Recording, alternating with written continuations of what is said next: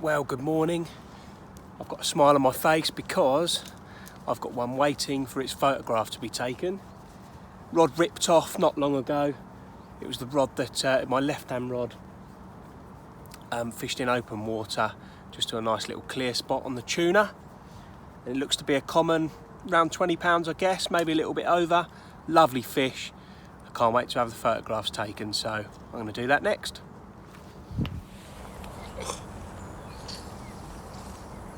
How about that for an absolute missile of a common? This one rattled off this morning, again on my trusty tuna hook bait, and the result is this lovely scraper 20 common. Lovely dark fish, absolute beauty. As you can imagine, fought like an absolute tank. Look at the shape on it, it's a real missile of a carp. And yeah, landed it early hours this morning, and it's an absolute cracker. It's on a new spot as well, which I'm well chuffed with. And yeah, I'm going to keep the bait going in there. I'm going to put the rest of the bait in before I leave now. And it's time for work, so let's slip her back. Cracker! At the end of October, I made the long trip down to Todber Manor Fisheries to see my old mate Kia and his missus Jordan, who, as always, were into fish straight away. I, however, had to move a couple of times, and unfortunately by the morning, I'd had nothing.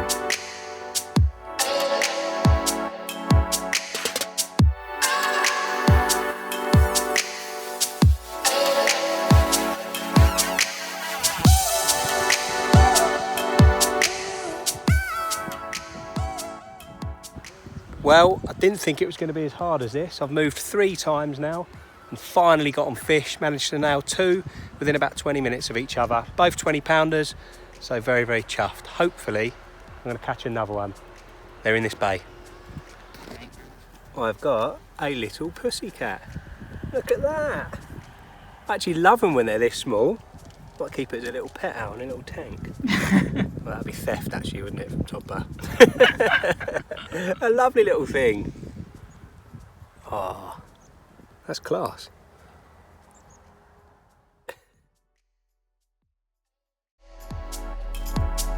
A few days later, I was down at my secret Cambridgeshire water. I was down there to meet Tom Gibson from Aqua because we had a very, very special product to show. And it really is a special product. It is the old Pioneer, of which by now has actually been launched again. So I managed to have a good look at that and yeah, had a real play with it.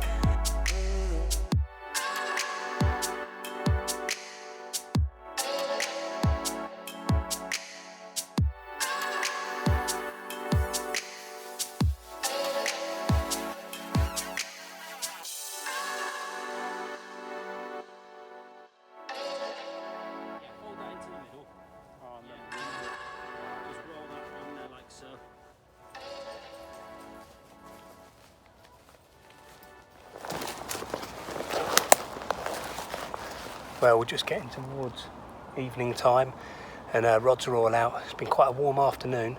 The swans have been an absolute nightmare, so I've been leaving the rods out for the last couple of hours, and we've been filming a new bivvy from Aqua, which hopefully you'll see, and I'll be able to... Barley, leave my dinner alone. No. Yeah, hopefully you'll be able to see this new bivvy by the time this is released, and it's pretty special. Barley, leave that! Oi! No! Come here. Sorry, Barley's trying to eat my dinner. All 3 rods are out now. I've boated 2 of them out, and I've just dropped the other one, underarmed it, waded it in, and lowered it onto a little gravel spot.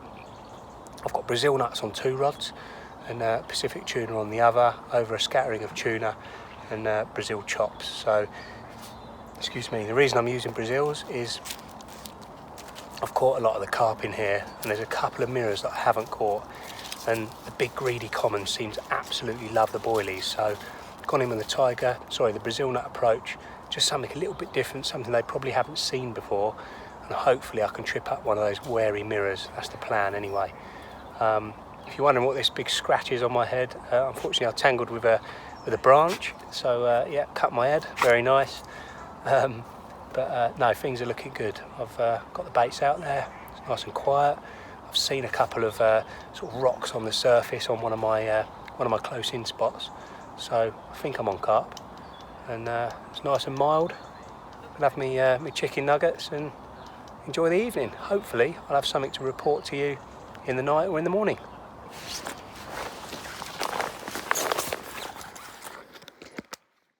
Later that day, when Andy from Aqua had left, both Gricey and I had the night to fish, and by morning I'd managed a repeat capture of a rather large common, and Gricey had something rather special too.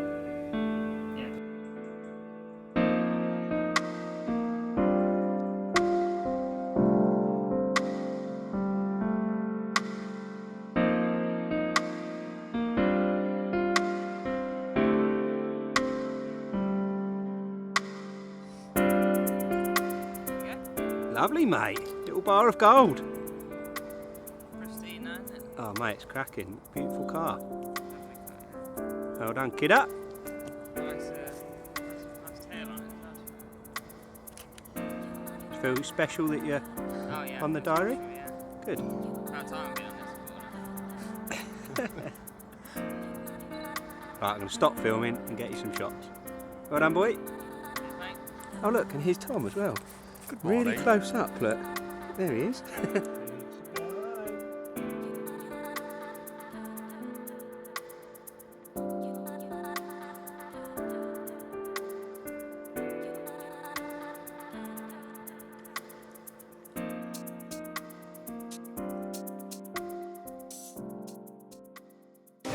My next trip out was to go and see my old mate Geert on an inland sea in Belgium with some huge carp in.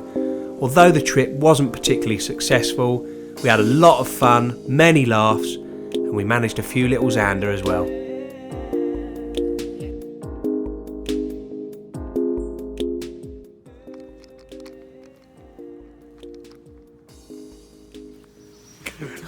Would it be possible like that? Hang on.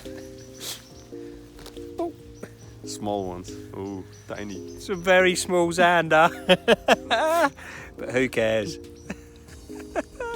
Good fun though. Very good fun. Right, let's get them back. I don't know whether that'll film. Yay, go on the zander. That's better. Lovely. I was then in for a bit of an experience. I've never been to Hungary before, and I visited the Ponte Centrum show to go and meet all the guys. They were top lads, and I was even treated to some extremely strong palinka one evening, and I had a very sore head in the morning. After Hungary, it was time for some family time. It was my lad Huxley's second birthday, so we decided on a trip to the National Sea Life Centre up in Birmingham.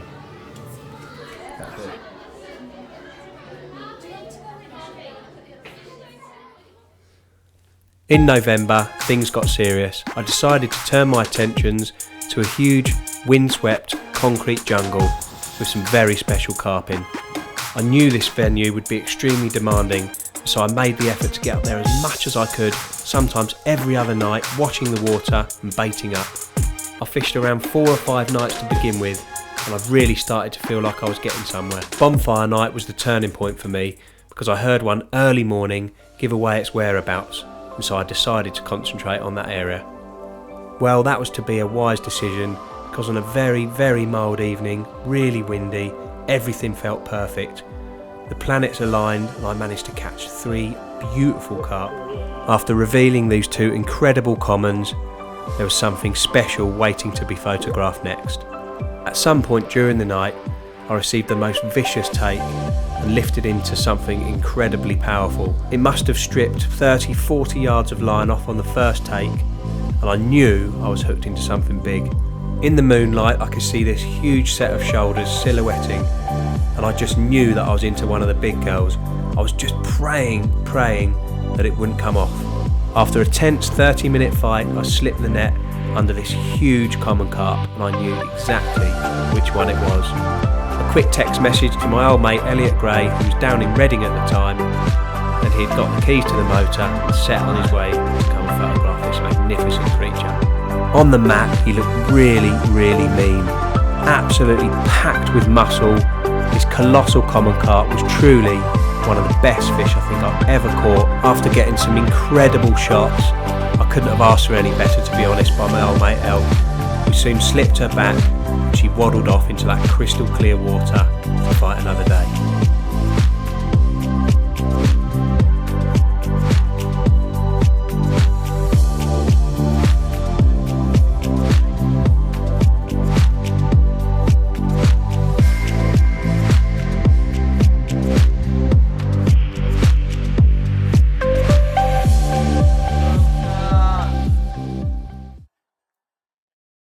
The snow. See you? You love the snow, don't you?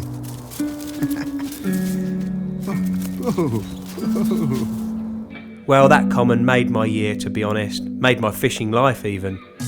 In the next few weeks, although I'd like to say they got even better, it got cold, really cold. Some of the lakes froze solid, although Barley had a good time playing in the snow.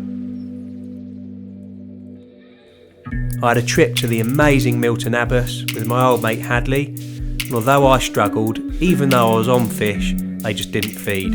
However, Hadley, true to form, managed to bag one.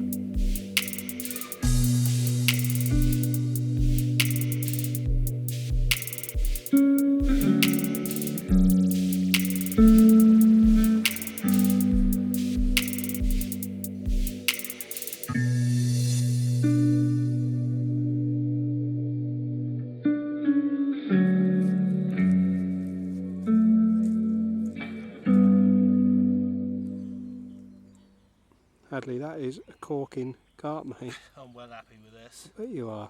See a beauty. Oh.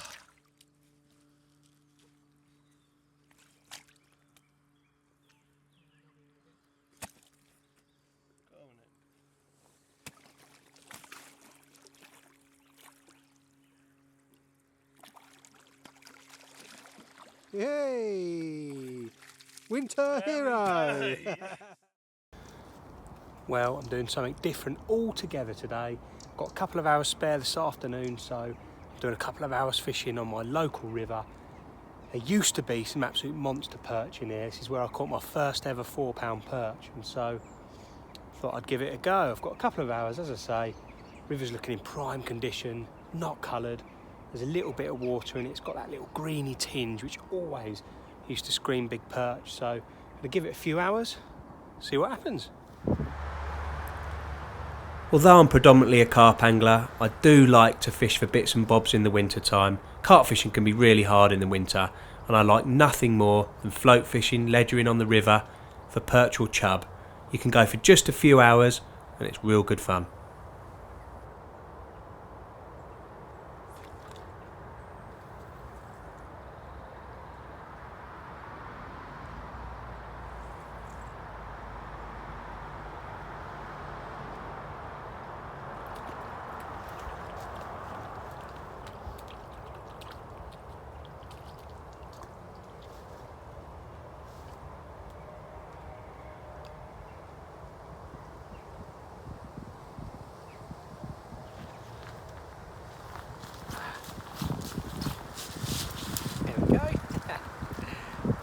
Tiny little, say tiny, oh, very angry little perch. Hopefully there's going to be some bigger ones there.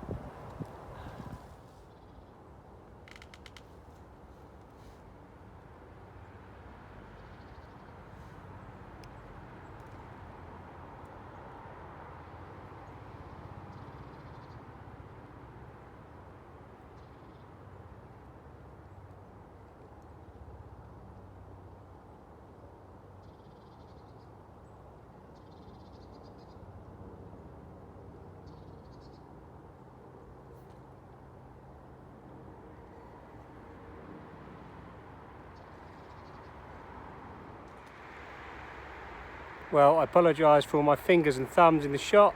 I'm doing a bit of a video selfie here, and this is the biggest one of the trip so far. Well over 1.5 pounds, probably about 2 pounds. Sorry I'm pushing it so close to the screen, it's really hard to do it, sort of self-take wise, but yeah, a big one. I think I found a new spot. Well, a few hours perching on the river, And this little blighter is the result. Obviously, well, I haven't been catching loads of perch this afternoon. A little Percy pike. Well, I hope you enjoyed that diary piece. As you've seen, I had rather an amazing year. The start of this year hasn't been so successful on the carp front. I've got some great plans for the spring and the coming weeks, to be honest. Although, the next week or so, I'm going to be doing some chub fishing. I went last week, caught a lovely one about £5, and witnessed one at 6.13. So, yeah, the next week or so, I'm going to have a little go for the chub, then I'll be getting my carp head back on.